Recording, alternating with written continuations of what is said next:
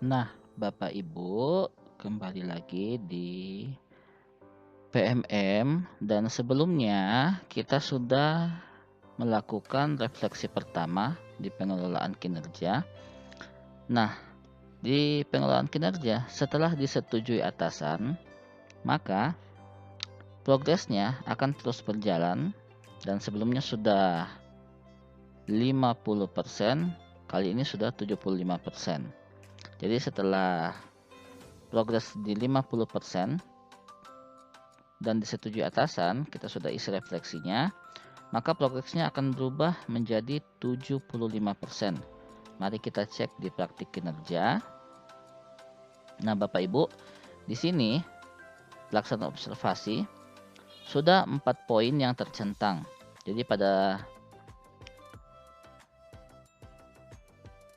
progres yang pertama di bagian pemantauan kinerja isi dokumen persiapan akan 2 langsung tercentang setelah disetujui atasan. Lalu masuk di pembinaan kinerja isi dokumen tindak lanjut dan juga pembinaan kinerja pelaksana tindak lanjut 2 langsung tercentang. Kalau setelah disetujui, maka poin terakhir akan terbuka. Nah, di sini kita akan mengisi dokumen refleksi tindak lanjut. Mari kita lihat bagaimana isinya. Nah, di bagian dokumen refleksi tindak lanjut ada refleksi yang akan kita isi. Kalau kita lihat jumlahnya lumayan banyak ya. Jadi yang pertama, apa inspirasi baru yang Anda dapatkan dari upaya tindak lanjut? Nah, di sini kita ketikkan inspirasi atau hal baru yang kita dapatkan selama proses observasi. Kemudian yang kedua, berdasarkan inspirasi yang Anda dapatkan, apa perubahan praktik Anda di ruang kelas, satuan pendidikan yang telah Anda lakukan? Nah, di sini ada contoh cara menjawabnya. Saya mendapat umpan balik yang menyadarkan bahwa murid khawatir masuk kelompok yang tidak efektif. Ini hanya sebagai contoh. Lalu, apa 3 tantangan paling sulit yang Anda hadapi dalam melakukan perubahan tersebut? Jadi di sini kita tuliskan 3 tantangan yang paling sulit saat kita melakukan perubahan di proses pembelajaran. Nah, yang berikut bagaimana rencana Anda dalam mengatasi tantangan tersebut agar bisa memastikan perubahan terjadi? Nah, di sini ada upaya perbaikan. Seperti contoh cara menjawabnya, minta bantuan atasan untuk mengumumkan di rapat.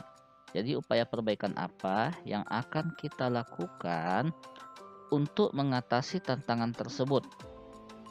Lalu di bagian bawah ya, ada pilihan belajar dari platform Merdeka Mengajar atau PMM.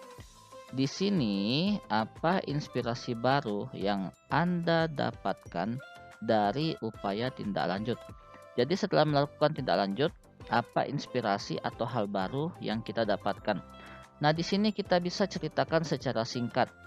Setelah selesai, berdasarkan inspirasi yang Anda dapatkan, apa perubahan praktik Anda di ruang kelas atau satuan pendidikan yang telah Anda lakukan?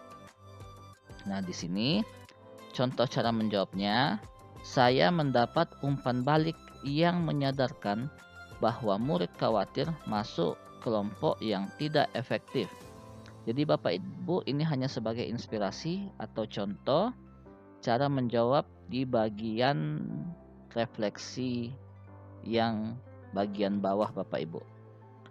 Lalu apa 3 tantangan paling sulit yang akan Anda hadapi dalam melakukan perubahan tersebut? Jadi kita tuliskan 3 tantangan yang paling sulit yang akan kita hadapi dalam melakukan perubahan tersebut.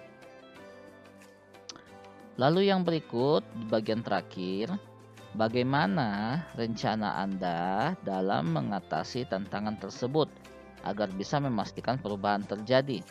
Jadi kita masukkan rencana yang kira-kira dapat mengatasi tantangan tersebut. Diceritakan di bagian upaya perbaikan. Nah, Bapak Ibu, setelah semua bagian refleksi kita isikan, mulai dari atas sampai di bagian bawah. Di sini ada dua pilihan, kita bisa simpan di draft atau kumpulkan. Namun di bagian kumpulkan ini kita tidak bisa pilih jika ada satu bagian yang tidak terisi. Kalau kita memilih simpan di draft, artinya kita boleh isi, tidak selesai, kita boleh simpan di draft terlebih dahulu. Mungkin pada saat waktu-waktu tertentu kita mau sambung atau lanjutkan, itu boleh.